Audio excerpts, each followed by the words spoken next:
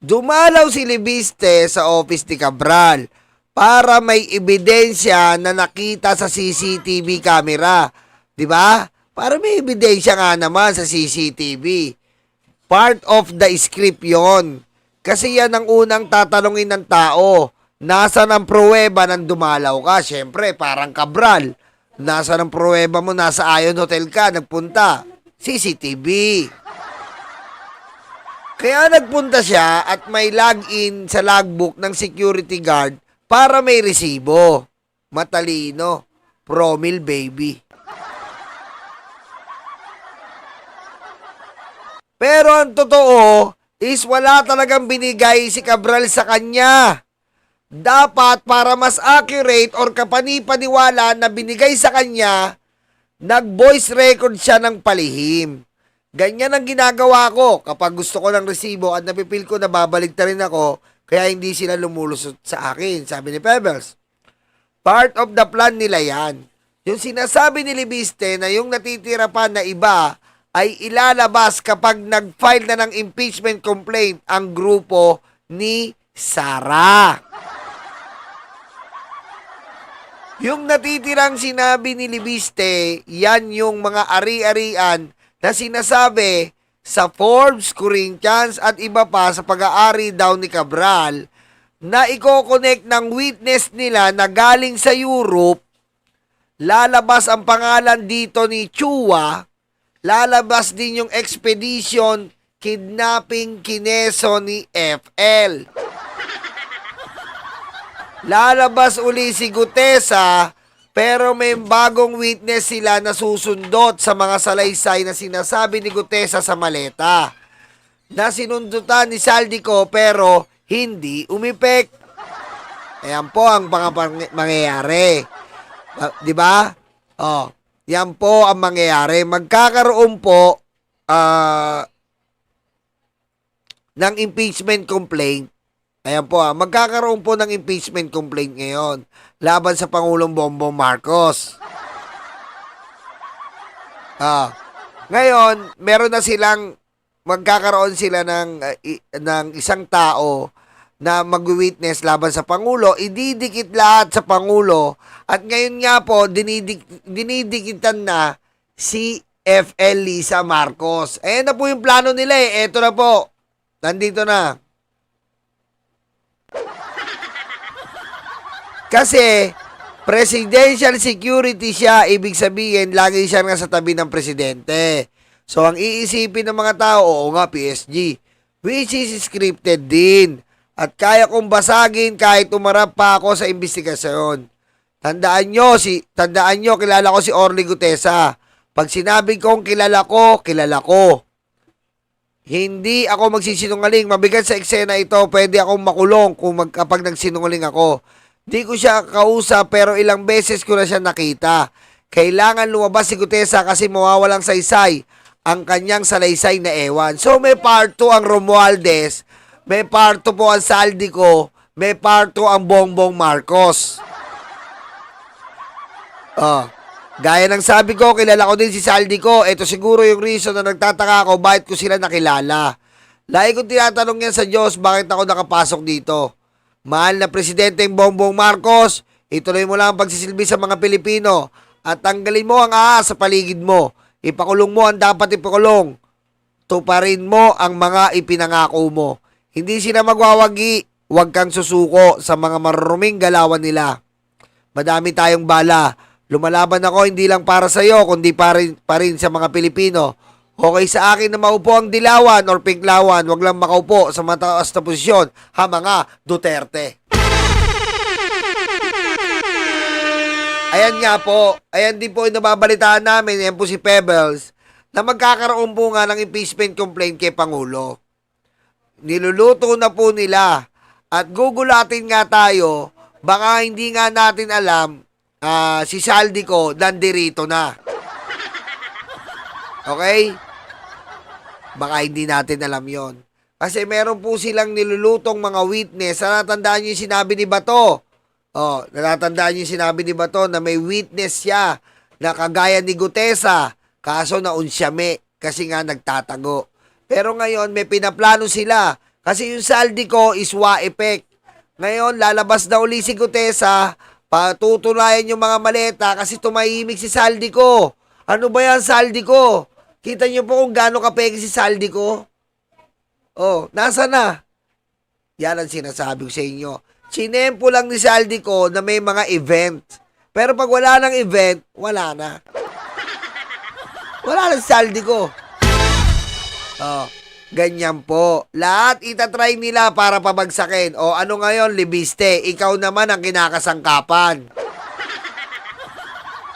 Diba? Si Libiste naman po ang kinakasangkapan ngayon. Na tinitira ni Libiste lahat ng umaharang para sa mga Duterte, especially kay Pulong. Halatang halatay. Halatang halatay ang galawan nyo. Biro mo sabi ni Libiste, involved si Ridon. Maya-maya binawi, ay hindi, yung party list. Oh, paano mo nakuha yung kay Cabral? Oh, biro mo, dinadivert po tayo ni Libiste na nakuha niya yung files ni Cabral. Ang mga tao, ang iniisip ng mga tao, yung files ni Cabral, legit na nakilibiste. Yung po ang paningin ng mga tao ngayon na which is mali. Ha? Mali po yun. Ha? Mali yung ginagawa ni Libiste. Kasi kung totoo yan, kung totoo po yan, ilabas mo agad-agad. Eh ngayon pa lang, oh, mali na yung kay Ridon. Mali na yung kay Manny Pacquiao. Paano ka pa maniniwala? Oh. At ikaw, Secretary Vince Dizon, magsalita ka na. Secretary Vince Dizon, ayaw namin na nahihiwagaan kami. Ha? Pinagkatiwalaan ka ng presidente. Pinagkatiwalaan ka. Nakitaan ka ng potensyal. Pinuri ka namin. Pero ngayon, magpaliwanag ka. Dahil dito sa atin, wala tayong pinagtatakpan. Diba? Kung nagkasala, kung may pinagtatakpan ka si Vince Dizon, hindi po pwede yan. Kailangan managot ka dito, Secretary Vince. Pag hindi mo na-explain, ha? Pag hindi mo na-explain kung bakit inutusan mo yan si Libiste, may basbas mo daw. May basbas mo daw si Libiste, ha? May basbas mo daw si Libiste, kaya nakapunta kay Yusek Cabral. Ipaliwanag mo yan, Secretary Vince Dizon. Ha? Wala kaming iniintay dito, Secretary Vince. Magpaliwanag ka. At huwag ka nang masyadong didikit-dikit kay Magalong. Oh. Biro mo si Magalong, pag may malapit sa kanya, tulad ng rocknetting, tulad ng pagkalaglag ni Cabral, tulad na lang ni Bantag, tahimik. Halatang-halatado kayo eh. Tahimik. Pero, kapag issue sa Kongreso, issue sa insertion, abay putek, alam na alam. Ha? Ba't alam na alam? Pero pagdating sa mga rocknetting, tahimik. Imagine mo Magalong, hindi mo, sa galing mo, ikaw ang pinakamagaling na investigador, sabi mo. Alam na alam mo, naaamoy mo, pero hindi mo maamoy kung sino yung pakana ng rocknetting. Ha? Narinig nyo na ba kay Magalong kung sino yung rocknetting? Sa bunganga niya, kausap niya yung presidente nun? Sinabi mo ba yan, Magalong, sino yung pakana ng rocknetting? Ba't di mo banggit si Eric Yap? One.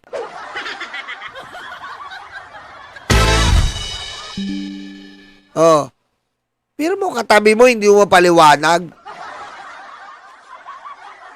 Pero pagdating sa mga issue sa nasyonal, alam na alam mo. Anak ka ng po.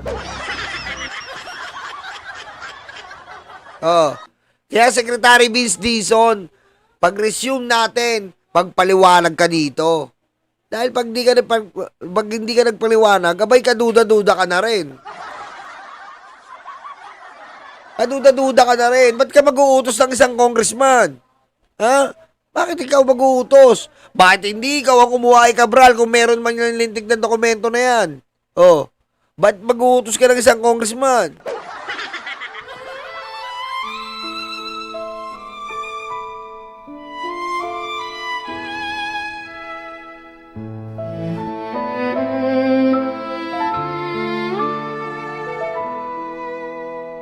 Nakaupo ako, lumalamon sila. Masasaya itong aking mga kaibigan. Abot kamay nila ang bunga ng puno, dahil balikat ko ang ginawang tuntungan. Habang namimitas lalong natatakam, sila ay para bang wala ng kabusugan. Kahit alam nilang mayroong mga langgam, at ang aking paa ang siyang inuupakan. Nais ko nang magpahinga, marami na akong nagawa at natulungan. Ako'y labis na nag-aalala, baka ang puno ay tuluyan nang maubusan ng bunga. Nakaupo ako, nagbabantay sila. Ang mga aso ko'y laging maaasahan. Hindi ko lang alam ang binabantayan. Ito bang puno o itong aking upuan? Itali ko kaya sa bahay ng langgam? Maglilingkod ba o maghahari-harian? Masasagot lamang ang malaking tanong kapag ako ay nawala na ng tuluyan. Nais ko nang magpahinga, marami na akong nagawa at natulungan. Ako'y labis na nag-aalala, baka itong mga aso ay maulol at magwala.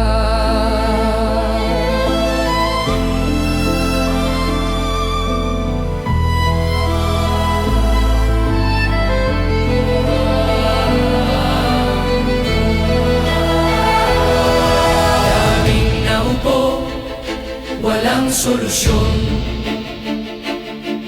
Daming nangako, naging ilusyon. Ikaw ang sagot-sagot sa aming tamong-tamong. Ikaw ang boses sa aming bulong.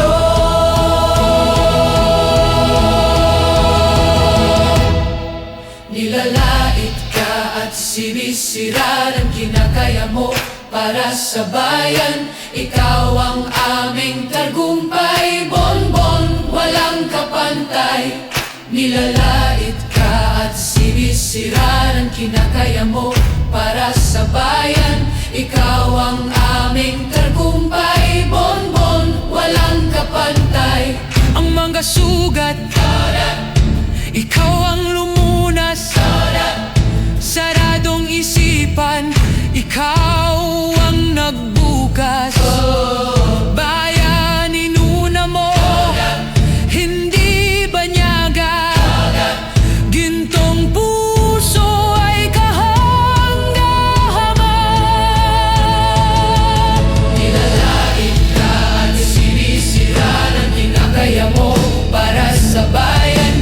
Ikaw ang aming tagumpay, bonbon, walang kapantay.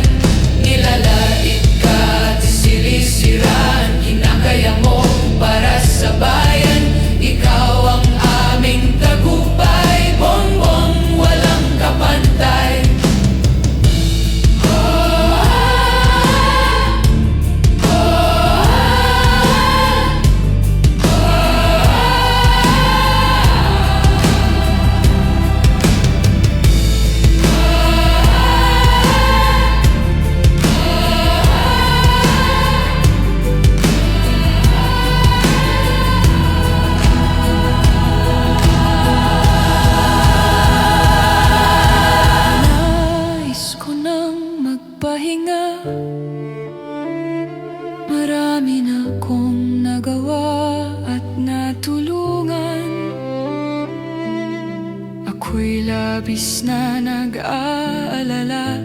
Baka itong mga aso